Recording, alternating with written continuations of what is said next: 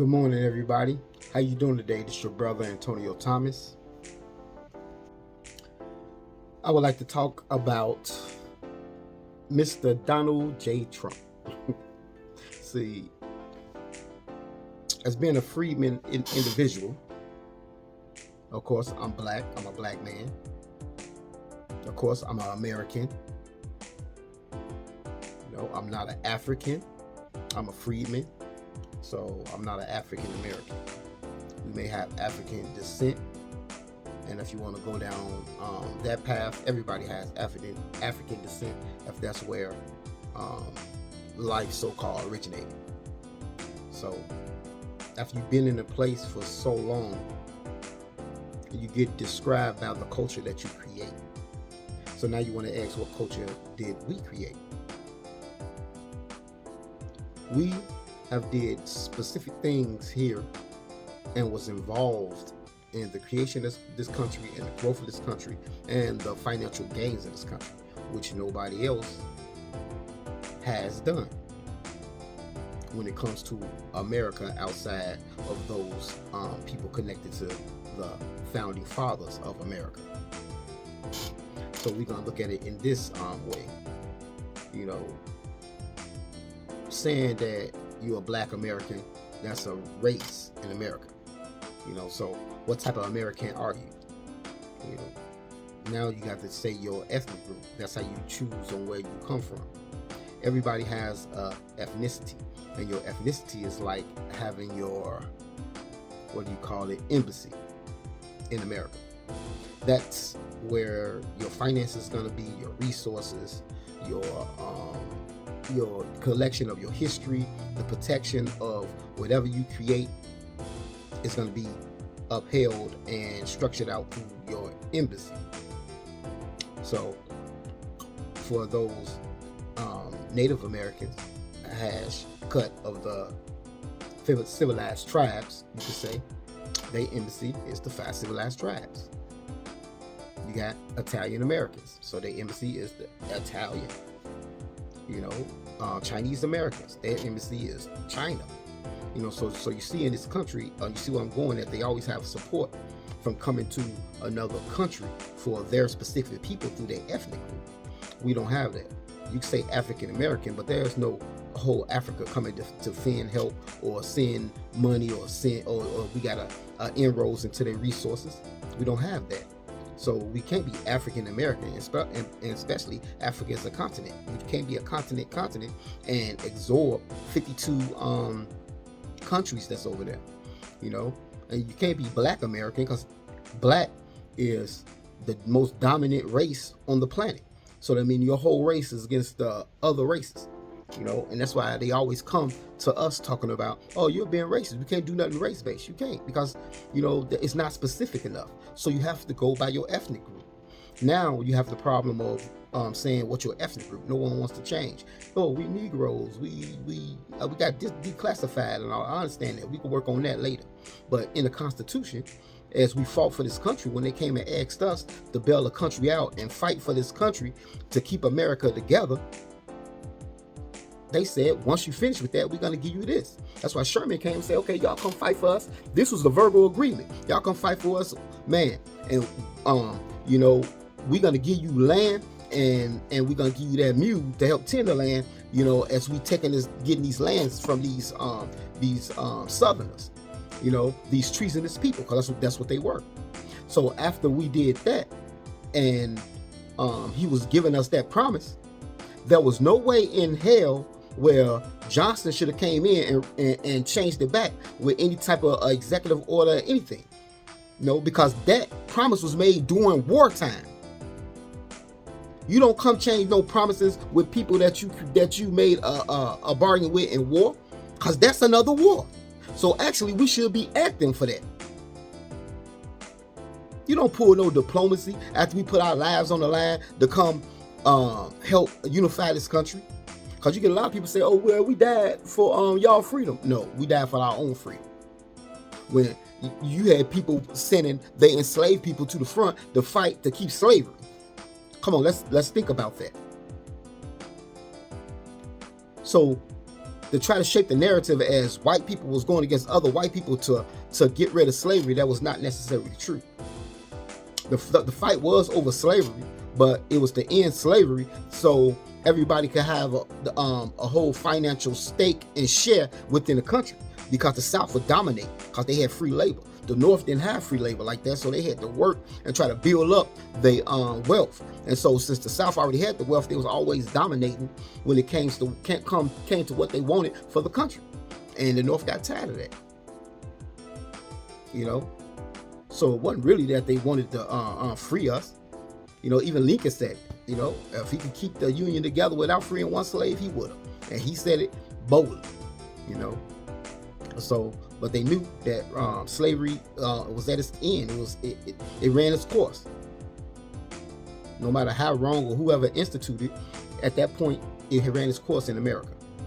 And so we stepped in.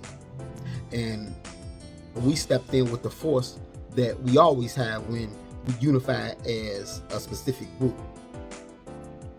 And this is what they're really scared of when we talk about unity, because they seen how we unified, and the small numbers that we had was sent over to the South, and we just decimated them.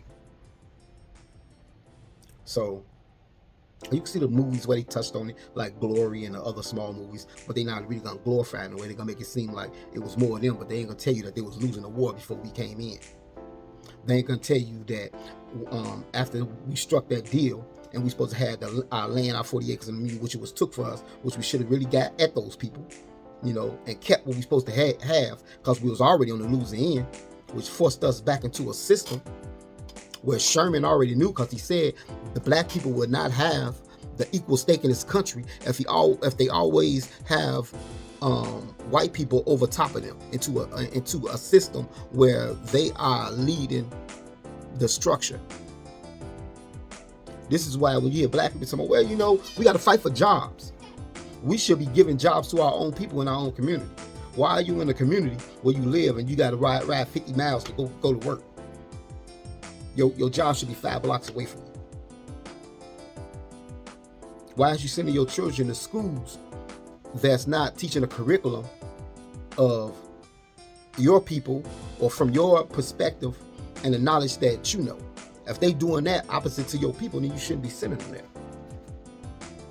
Because what's happening is they uplifting their history, their people, and their ideology. And they're forcing your children to adapt to it, to have that specific mindset on their perspective first. So when they come back and their mindset and their whole demeanor is changed and go against your basic values of your community, then you look at it as a problem. You call them a sellout and all that. But no, they're not selling out. They went and learned exactly what you sent them to learn. They're doing exactly what they was taught to do. We didn't come out of slavery asking for a job. We asked to be left alone and to build our own communities. And when we did that, other communities looked at it as a threat. So we have to really get specific. And when you get specific, a lot of people's feelings may be hurt. You know, we was not Black Americans or African Americans. We were specific freedmen Americans, a specific group. All those towns that was burnt down wasn't African towns. Those was towns that was mixed of freed people and free people. That was already. So once the war was over, the free people mixed with the formerly enslaved people. And those free people was displaced Black people, displaced natives. So we was all in one community. But we still was all named and labeled freedmen over a choice of our own. It got a stigma because once Lincoln was assassinated, they put white people over the Freedmen's Bureau. You know, we had a Freedmen's Bank, we had Freedmen's School, but it was white people over it, which wasn't intelligent at all. How can the people who enslaved you, no matter how goodwill that they may be, you have a structure when they control it, you don't know who's going to come lead or take advantage of that, of they people. Because the rest of them is not going to stand up and stop them. And when they try to stop them, they would kill their own people. That's why, read about the Whig Party. See, we was the Republican Party. Then you had the Whig Party, and then you had the Democratic Party. The Democratic Party was really the racist party, but over time, you know, as forgiving as we are, they start talking better and good. Oh, we're gonna do this and all that. But they knew just give them lip service and say you're gonna help them and get an illusion that you're gonna help them, and they'll be voting and kicking it with you. You know what I'm saying? As long as you don't hurt their feelings, you could say and do things, but as long as you don't hurt their feelings, they'll be with you. Now, the Republican Party, on which we started, started doing certain things, after we left. Because the reason most of them started voting and going against us because the Democratic Party was violent. They was killing the Whig Party because the Whig Party was the neutral party, and it was mostly voting with us. So they started getting with the Whig Party, and then they told the Republican Party, on these stuff, if you don't vote among the lines that we want, y'all gonna get the same thing the Whig Party. This is how you got this two-party system. It never supposed to be two-party system. This country was founded off the independence, not the independence of just the country, the independence of the individual. Just like a lot of people, you ask a person, what's the capital of the United States? They're gonna say DC, which it is. But ask them, what's the capital of America? They're gonna say DC. No. Capital of America is Philadelphia. See, it's a difference. It's a difference between a natural live citizen and a natural born citizen. When you naturalized, you are connected or conjoined with the so-called U.S. corporation. That means you're gonna go by all the rules of the collective states. That means when you're in any individual state, whatever rule that they have or whatever structure they have, you're going to abide by it, you're going to take it as law. But that's not what it's supposed to be for a natural born citizen. A natural born citizen takes upon the constitutional law first, which all states supposed to uphold. Let me clean it up a little bit for you. Like when it comes to gun rights. This is why the Supreme Courts always shoot it down like, oh, well, you can't make a law for American citizens about not having a gun. That's their Second Amendment right. You can't do that, no matter how you want to or how you feel. So that's why they always ask you when you go to court, before you meet the judge, they want you to sign for somebody to represent you. That's not how it's supposed to go. You're supposed to go to court, and you're supposed to bring the person that you committed a crime or atrocity or being accused of in front of you, because it's supposed to, the court's supposed to be the mediator between the American citizens, not a U.S. citizen, American citizen. So American citizen would never tell you, oh, you don't supposed to have a gun because the Second Amendment says you're supposed to have a gun. So that's not a rule. That's a inalienable right. Period. So don't sign once you go in front of the judge and say, I'm an American citizen and my Second Amendment says I'm supposed to have the right to bear arms. And all these rights should not be infringed on. Infringed means no type of law.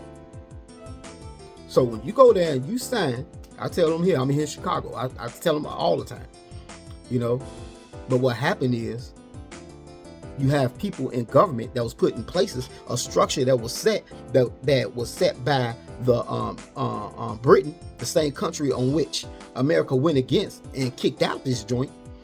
Came back, set their people in, then they adopted and took over the system again. This is why you have the tax system. That's why states create the taxes. There wasn't no taxes before that. Even when Lincoln tried to put a tax, people pushed against that. There was no federal tax, wasn't no IRS. But that's a whole different story. And let me get back to Trump. Let me see Trump. He's pushing out this Agenda 47. Day one, executive order ending citizenship for children of illegals and outlawing birthright citizenship. Birthright citizenship already is illegal. If you read it, the 14th Amendment is going to tell you. It's very specific. And the 14th Amendment reads as follows.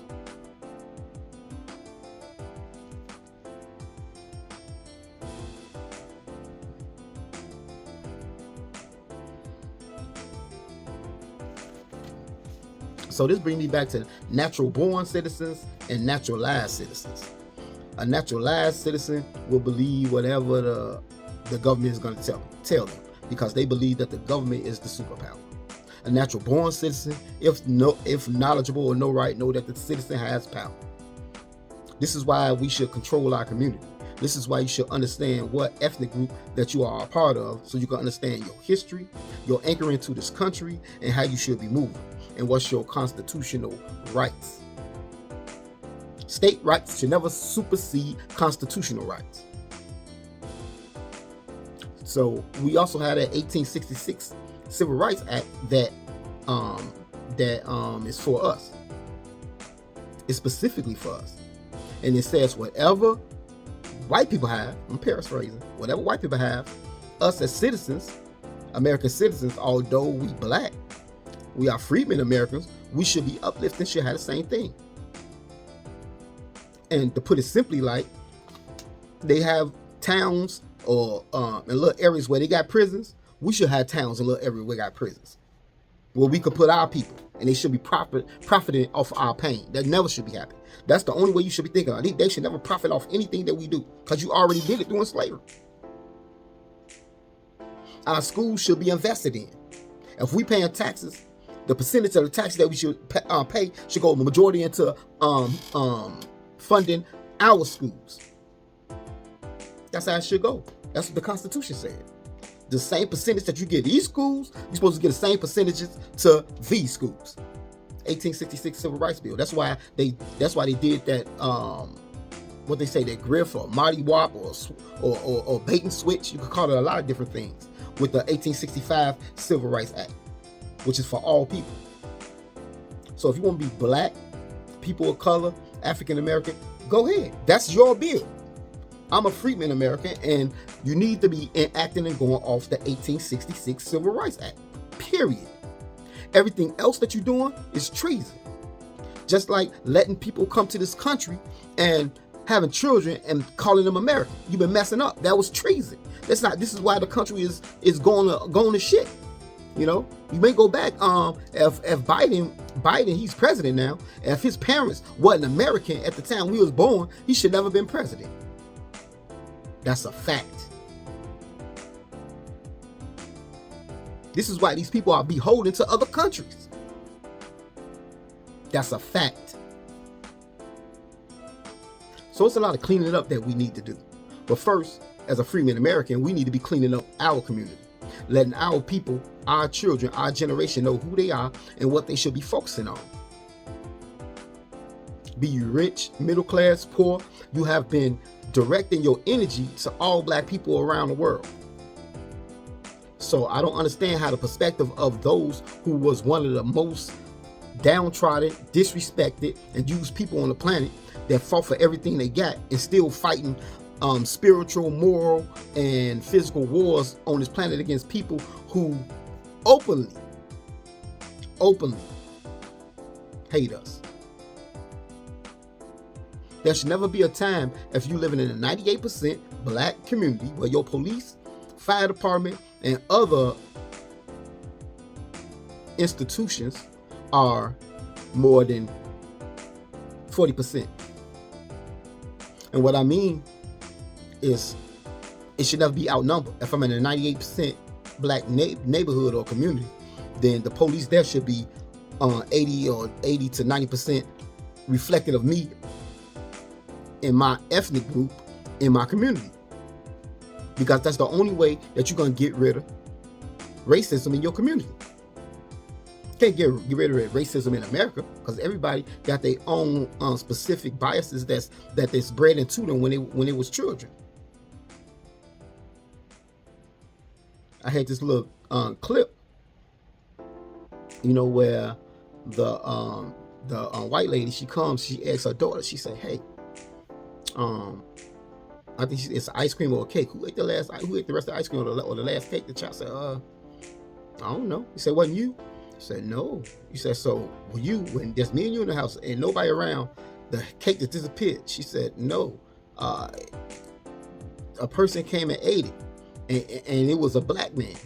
This child couldn't be no more 2 or 3. So that shows the narrative that they will start creating when they're young. And it doesn't mean that the child is getting taught that by a mother, because you don't know who she's getting taught by. And watching on TV and listening to the music that's put out, that's created by our people, but put out by people that don't look like us. That even comes down when we talk about our institutions. Our institutions are headed by some people that look like us, but not of our ethnic group. You got other institutions that's supposed to represent us, like the NAACP. You got people that's in it that was at the top. That's why I had no problem with, I forgot the lady name, that people talking about culture vulture and all the other stuff, because she was in the NAACP. The NAACP is not a black organization. It's an organization to represent poor and unserved people and people of color and all that other stuff. It's a Jewish organization. And let's just say what it is. You know, that was propelled by using us for as our plight, you know, because the power that we had and the numbers that we had, the numbers that we have, because we are one of the majorities when it comes to ethnic groups. You're not a majority when it comes to being a racial group, but we're the majority with an ethnic group. So when you understand and you move like that, I'm not a black American or African American, I'm a freedman American. That makes you a more powerful group. And when you know you're a freedman American, okay, let's come together as black Americans, and then we could do something as a bigger group. But when you understand you're a freedman American, now you know that you can get ahead of what the narrative is and what the ads for, because you bring it more to the party. You come to the party and there's 20 of y'all, and they got from their neighborhood they got 3 people, from their neighborhood they got 5, from their neighborhood they got 6, you know, and then you come in your neighborhood you got 20. Even though we all together making over like almost 40 people, half of them is from you. So when you say we're gonna do this and do this, you know, and when it sounds good, they're gonna flow with the 20. Or the 20 gonna be like, well, we'll step off and do this. Then that's leaving the others alone. They're gonna be like, oh well, you know, we gotta we got to barter with them. We got to talk to them in a way where we can join their plight. But we've been going backwards. We've been going and joining other people's plight, being up under them and letting them use our numbers. That's not finna happen no more. So we finna take that free out of freedmen, and we're gonna free ourselves from those shackles and those chains like we did when we was locked up in slavery.